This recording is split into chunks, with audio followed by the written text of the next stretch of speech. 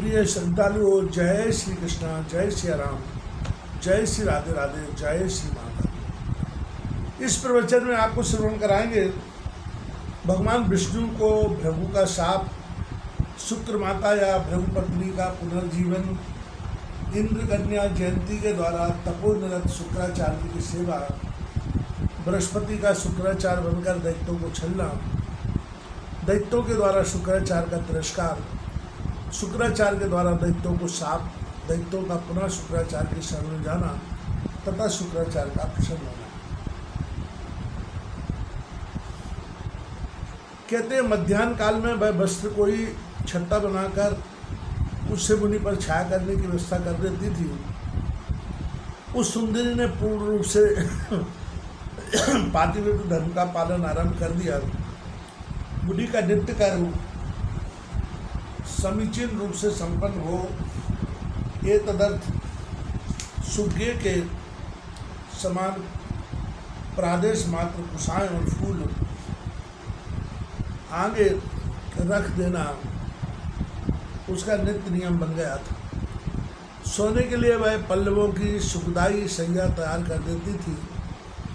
मुनि के सो जाने पर वह धीरे धीरे हवा करती थी। यों मुनि पर वह अपनी श्रद्धा प्रकट करने लगी, पर जयंती किसी भी समय ऐसा कोई हाव नहीं करती थी जिससे काम वासना उत्पन्न हो। सुंदरी जयंती की वाणी बड़ी मधुर थी। मुनि को प्रसन्न करना उसे अभिष्ट था, अतः अनुकूल वाणी द्वारा वह महात्मा शुक्राचार्य की स्तुति करने लगी। मुनि जब सोकर उठते थे तब आचमन करने के लिए वह जल रख देती थी। यूँ जयंती का सारा व्यवहार मुनि के अनुकूल निरंतर होता रहा। शुक्राचार्य इंद्रिय विजयी महात्मा थे। उनकी मनोवृत्ति जानने के लिए बुद्धिमान इंद्र ने उनके पास सेवकों को भी भेज दिया था। इस प्रकार जयंती बहुत वर्षों तक शुक्राचार्य की सेवा करती रही। उस साध्वी के मन में विकार का नितांत अभाव था। क्रोध पर भी वह विजय पा चुकी थी। ब्रह्मचर्य के सभी नियमों का सुचारू रूप से पालन करती थी। पूरे 1000 वर्ष तक तपस्या करने के पश्चात मुनि पर भगवान शंकर प्रसन्न हुए। उन्होंने मन को मुग्ध करते हुए वर मांगने के लिए मुनि से अनुरोध किया। भगवान शंकर बोले, भृगुनंदन, जगत में जो कुछ भी है तथा तुम जिसको देखते हो एवं जो किसी की भी वाणी का विषय है, ऐसे सभी पदार्थों में से तुम संपन्न हो जाओगे। ब्रह्मन, इसमें कोई संशय नहीं है। ब्राह्मणों और प्रजाओं में तुम्हारी प्रधानता स्थिर रहेगी। संपूर्ण प्राणी तुम्हें मारने में असमर्थ सिद्ध होंगे। व्यास जी कहते हैं, इस प्रकार वर देकर भगवान शंकर वहीं अंतर ध्यान हो गए। तदनंतर शुक्राचार्य जी ने जयंती को देखकर बड़े सद्भाव से उससे यह वचन कहा, सुंदरी, तुम कौन हो, किसकी पुत्री हो, तुम्हारी क्या विलासा है, किस लिए तुमने यहाँ आने का कष्ट उठाया, तुम्हारा कौन सा कार्य है और तुम क्या चाहती हो। सुलोचने, मुझे बताओ, मैं तुम्हारे कठिन से कठिन काम को भी अभी करने को तैयार। सुब्रते, आज मैं तुम्हारी सेवा से अत्यंत प्रसन्न हूँ। बरोरु अभिलषित वर मांगो। मुनि के यों कहने पर जयंती का मुखमंडल प्रसन्नता से खिल उठा। उसने कहा, भगवान, आप तपस्या के प्रभाव से मेरा मनोरथ जान सकते हैं। शुक्राचार्य जी ने कहा, मुझे ज्ञात हो गया है, फिर भी तुम्हें अपनी अभिलाषा तो व्यक्त करनी ही चाहिए। मैं तुम्हारी सेवा से बहुत प्रसन्न हूँ। सब तरह से तुम्हारा कल्याण करना मेरा परम कर्तव्य है। जयंती बोली, ब्राह्मण, मैं इंद्र की पुत्री हूँ, मेरा नाम जयंती है। जयंती की मैं छोटी बहन हूँ। मुने पिताजी ने मुझे आपको समर्पित कर दिया है। विभु, आप मेरा मनोरथ पूर्ण कीजिए। शुक्राचार्य जी ने कहा, सुंदरी, तुम संपूर्ण प्राणियों से अदृश्य रहकर अपनी इच्छानुसार 10 वर्षों तक मेरे साथ आनंद का अनुभव करो। व्यास जी कहते हैं, इस प्रकार कहकर शुक्राचार्य ने जयंती का हाथ पकड़ लिया और वे घर चले गए। जयंती के साथ रहने की व्यवस्था कर ली। 10 वर्षों तक वे घर से बाहर नहीं निकले। उन्होंने ऐसी माया से अपने को आच्छादित कर लिया था कि कोई भी प्राणी उन्हें देख नहीं सकता था।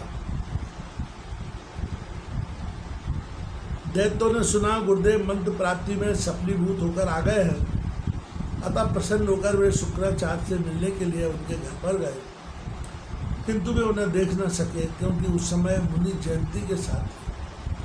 अतः संपूर्ण दैत्यों के मुख पर उदासी छा गई, उनका सारा उद्योग नष्ट हो गया, उनके मन पर चिंता की काली घटा घिर आई।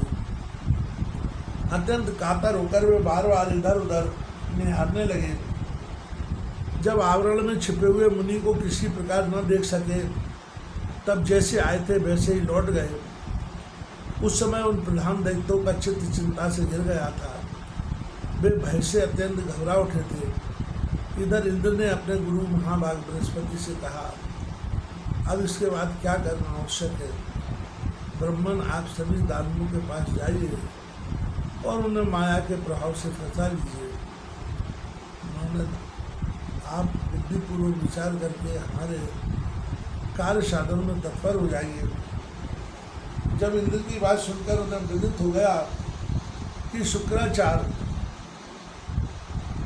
गुप्त रह रहे हैं, तब देवगुरु बृहस्पति स्वयं शुक्र का वेश बनाकर दैत्यों के पास गए। वहां जाकर बड़ी श्रद्धा दिखाते हुए उन्होंने दानवों को बुलाया। सभी असुर सामने आए और देखा हमारे गुरु शुक्राचार्य जी आ गए हैं। तब वे प्रणाम करके उनके सामने खड़े हो गए। बृहस्पति को ही शुक्राचार्य मानकर वे अत्यंत आनंद से भर गए।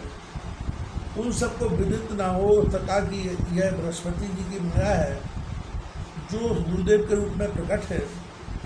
तब माया से छिपे हुए शुक्राचार्य रूपी बृहस्पति ने दानवों से कहा, मेरे यजमानों का स्वागत है, मैं तुम्हारा कल्याण करने के लिए ही आया हूँ। मैंने जो विद्याएं प्राप्त की हैं वे सभी सच्चे मन से तुम्हें पढ़ा दूंगा। तपस्या करके भगवान शंकर को प्रसन्न करने का उद्देश्य एकमात्र तुम्हारा कल्याण ही था। यह वचन सुनकर वे श्रेष्ठ दानव हर्षोल्लास से भर गए। गुरुदेव कार्य में सफल हो गए, यह सुनकर उनके मुख पर प्रसन्नता की किरणें छा गई। उनकी अधिक सोचने समझने की शक्ति कुंठित थी। बड़े आनंद के साथ गुरुदेव के चरणों में उन्होंने मस्तक झुकाया। उनके मन में किंचित मात्र भय और क्लेश का समावेश नहीं था। देवताओं द्वारा प्राप्त होने वाले भय का परित्याग करके वे शांत चित्त से समय व्यतीत करने लगे। जन्मेजय ने पूछा, बड़े दादाजी आप मुझे यह बताइए, बृहस्पति ने शुक्राचार्य का वेश बनाकर क्या किया और शुक्राचार्य बोला कब बोले? व्यास जी बोले, राजन, महात्मा बृहस्पति मायक शुक्राचार्य बन गए। उस समय स्वयं अव्यक्त रहकर उन्होंने जो काम किया वह बताता हूँ, सुनो। सर्वप्रथम उन्होंने ऐसा प्रयत्न किया कि दैत्यों की यह निश्चित धारणा हो गई कि वे हमारे गुरुदेव शुक्राचार्य। अब दैत्यों और बृहस्पति में पूर्ण एकता हो गई। तदनंतर बृहस्पति को गुरुदेव शुक्राचार्य मानकर उनसे पढ़ने के लिए वे उनकी शरण में गए। सभी दैत्य स्वार्थांध थे, लोभ से किसी को भी वृद्धि उनके प्रिय नहीं रहते।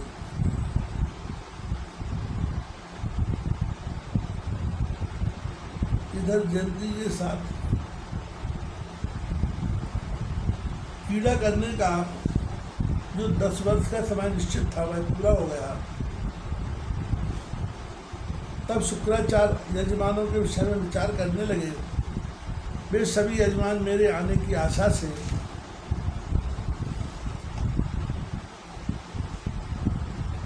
मार्ग देखते हुए खड़े होंगे।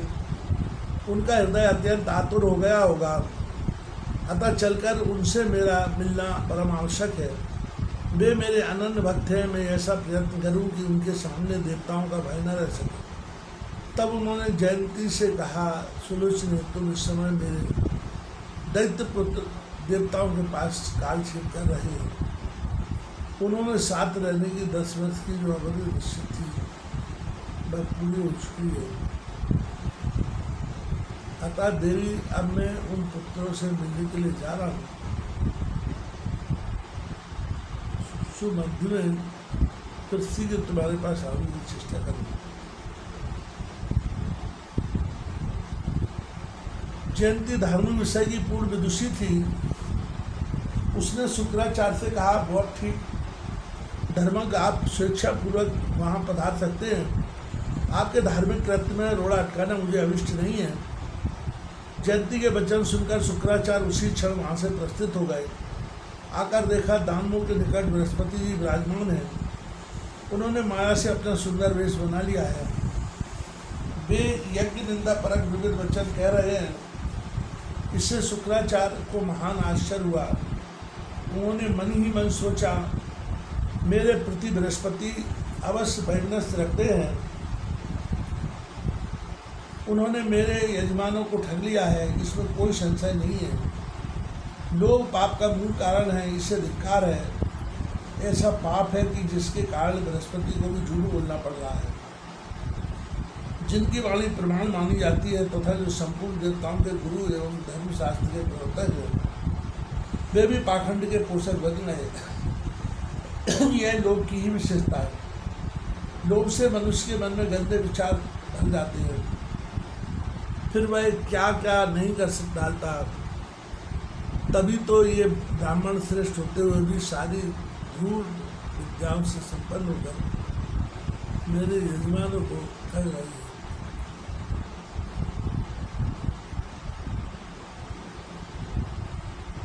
और ये मेरे यजमान भी बड़े मूर्ख हैं।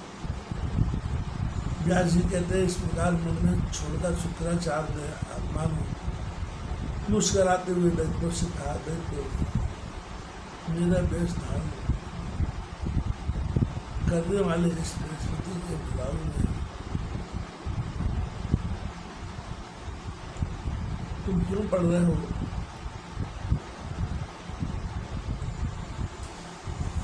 मैं शुक्राचार्य हूँ, ये तो बृहस्पति है।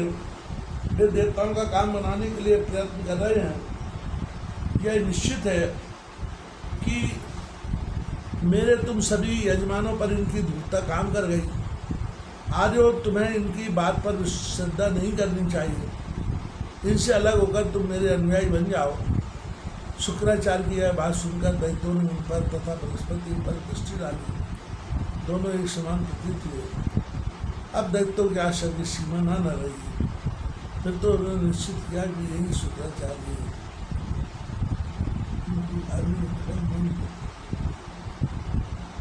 आश्चर्य से युक्त न था। ऐसी स्थिति में उन दैत्यों को देखकर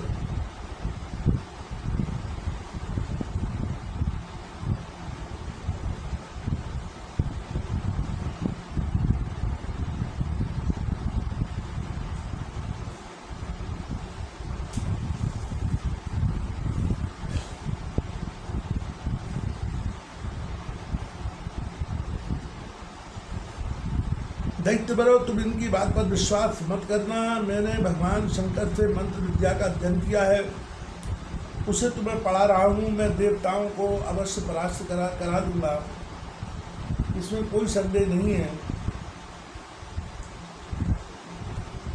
शुक्राचार्य के वेश में उपस्थित बृहस्पति की बात सुनकर उन दैत्यों के मन में पूर्ण विश्वास हो गया। उन्होंने निश्चय कर लिया कि यही गुरुदेव शुक्राचार्य हैं, जो वास्तविक शुक्राचार्य थे। उन्होंने दानवों को बहुत तरह से समझा बुझाया, किंतु विपरीत काल के प्रभाव से बृहस्पति की माया के वे इतने विवश थे कि कुछ भी ना समझ सके। बल्कि ऐसा निश्चय हो जाने के उपरांत वे असली शुक्राचार्य से कहने लगे, यही हमारे गुरुदेव हैं, इनके द्वारा हमें सद्बुद्धि प्राप्त हुई है। ये बड़े धर्मात्मा एवं हितैषी है। इन शुक्राचार्य जी ने हमें 10 वर्षों तक निरंतर विद्याभ्यास कराया है। तुम जाओ, बड़े दूत ज्ञान पढ़ते हो, हम तुम्हारे शिष्य नहीं हैं। दैत्य महान मूर्ख थे। उन्होंने वास्तविक शुक्राचार्य से उपयुक्त बातें कहने के पश्चात उन्हें डांटा और फटकारा भी सुनाई। साथ ही वे बृहस्पति की शरण में चले गए, उनके चरणों में मस्तक झुकाकर प्रणाम किया। इस प्रकार बृहस्पति के प्रभाव से प्रभावित दैत्यों को देखकर शुक्राचार्य के मन में निश्चय हो गया कि बृहस्पति ने इन्हें खूब समझाकर पक्का कर दिया है और इनकी वंचना से ये विवश है। अतः अत्यंत कुपित होकर उन्होंने दैत्यों को शाप दे दिया है। तुम लोग समझाने पर भी मेरी बात का तिरस्कार कर रहे हो, इसके फलस्वरूप तुम्हारे सामने महान संकट उपस्थित होगा। तुम्हारी हार अवश्यम भावी है। तुमने मेरा जो अपमान किया है उसका फल अभी थोड़े ही समय में तुम्हें प्राप्त होगा, तब इनके संपूर्ण कपट से तुम परिचित हो जाओगे। व्यास जी कहते हैं, इस प्रकार कहकर अत्यंत कुपित तो शुक्राचार्य तुरंत वहाँ से चल पड़े। हृदय हर्षोल्लास से भर गया। कुछ समय तक तो सावधान होकर वे वहीं रहे। तत्पश्चात शुक्राचार्य ने दैत्यों को साथ दे दिया है। यह जानकर वे शीघ्र चल दिए। जाते समय बृहस्पति ने अपना वास्तविक रूप धारण कर लिया था। स्वर्ग में जाकर बृहस्पति ने इंद्र से कहा, मेरे द्वारा निश्चय ही तुम्हारा काम बन गया, क्योंकि शुक्राचार्य ने दैत्यों को साथ दे दिया है और फिर मुझसे भी वे प्राण त्याग दिए। इस प्रकार मैंने निराधार बना दिया है। महाभाग, अब सभी प्रधान देवता युद्ध करने की तैयारी कर ले। वे दैत्य तो मेरे प्रयास से साप द्वारा स्वयं जल भूल गए। उस समय बृहस्पति की बात सुनकर इंद्र के मन में प्रसन्नता की सीमा न रही। संपूर्ण देवता ठाकर सबने बृहस्पति का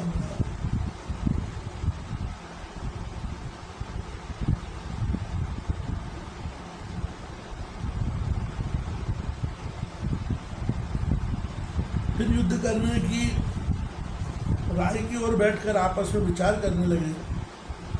निश्चित हो जाने पर सभी देवता एक साथ निकले और दानवों के सामने पहुंच गए। देवता अमित शक्तिशाली तो थे ही, उनमें उत्साह की भी कमी न थी। बड़े उमंग के साथ युद्ध करने के लिए वे पहुंचे थे।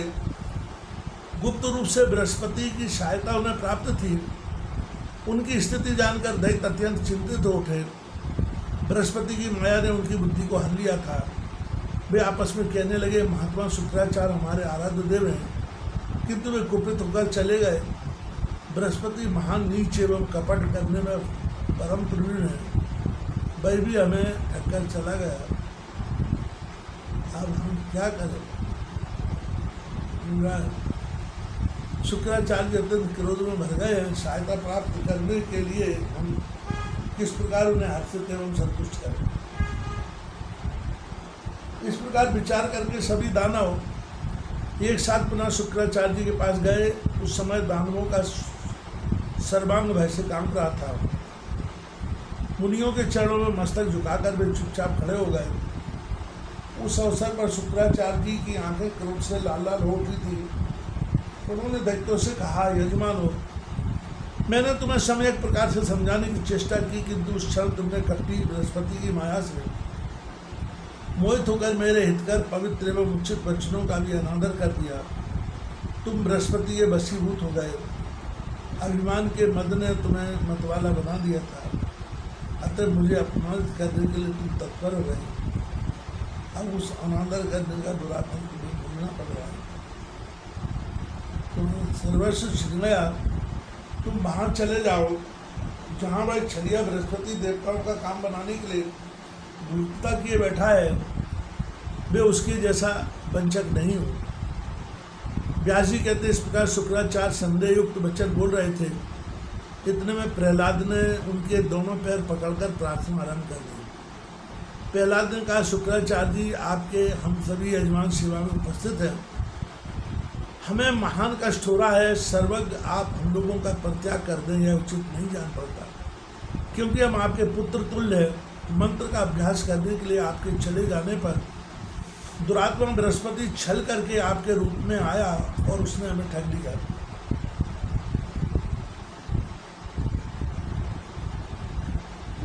वह बड़ी मीठी मीठी बातें कर रहा था। बिना जानकारी के जो अपराध बन जाता है, उसके कारण शांत चित्त पुरुष क्रोध नहीं किया करते। सर्वज्ञ आप सभी बातों से पूर्ण परिचित है। हमारा अहंकार सुनिश्चित सदा आप में अटका रहता है। महामते आप तपस्या के प्रभाव से हमारे सच्चे अभिप्राय को जानकर क्रोध त्याग में कृपा कीजिए। क्योंकि सभी मुनिगण कहा करते हैं साधु पुरुषों का क्रोध अधिक देर तक नहीं ठहरता। जल का स्वाभाविक गुण ठंडापन है। आग पर चढ़ा देने से वह गर्म हो जाता है, किंतु आग का संयोग दूर होते ही फिर उसमें शीतलता आ ही जाती है। क्रोध चांडाल स्वरूप है। बुद्धिमान पुरुष को चाहिए कि भली भांति उसे त्याग दे। अतः सुबह ताप रोज सुनोकर प्रसन्न होने की कृपा कीजिए। महाभाग हम असीम कष्ट भोग रहे हैं। यदि आप क्रोध त्याग कर उल्टा हमें ही त्याग देते हैं तो फिर हमारे पैर रसातल में ही जाकर ठहरेंगे। व्यास जी कहते हैं प्रहलाद की बात सुनने के पश्चात शुक्राचार्य ज्ञान दृष्टि से सब कुछ देखकर प्रसन्न हो गए। उनका मुख मुस्कान से भर गया। उन्होंने दैत्यों से कहा, दानवों, तुम मेरे यजमान हो, तुम्हें ना तो डरना चाहिए और ना पाताल में ही जाना चाहिए। अपने सत्य मंत्रों के प्रभाव से मैं तुम्हारी रक्षा कर दूंगा। धर्म के मर्मज्ञ महाशयों, प्राचीन समय में ब्रह्मा जी के मुख से मैंने जो बात सुनी है उसे बता रहा हूँ, सुनो। यह वचन बड़ा ही हितकर, सत्य और अटल है। उन्होंने कहा था होने वाली बातें हमें सोकर रहती है। धरातल पर कोई भी ऐसा सुयोग्य पुरुष नहीं है जो प्रारब्ध को विफल बनाने में समर्थ हो सके। विपरीत समय के कारण इस समय तुम्हारी शक्ति क्षीण हो गई है।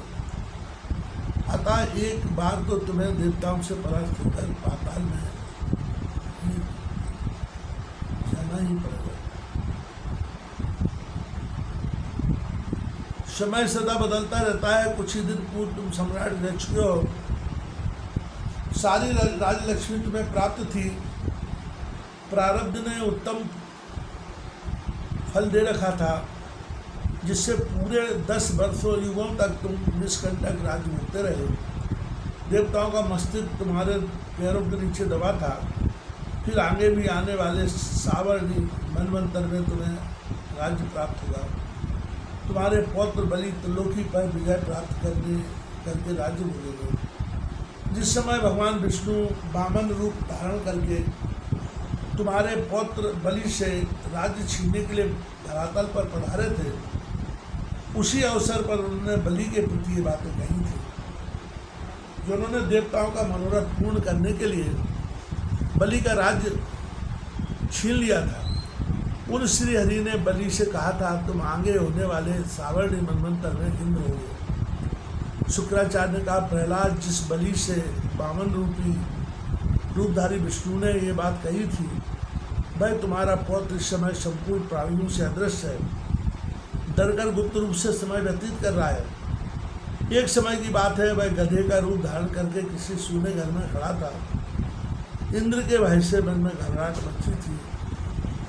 इतने में इंद्र पहुंचे और बार बार बलि से पूछने लगे, दैत्य शिरोमणि, तुमने गधे का रूप क्यों बना लिया?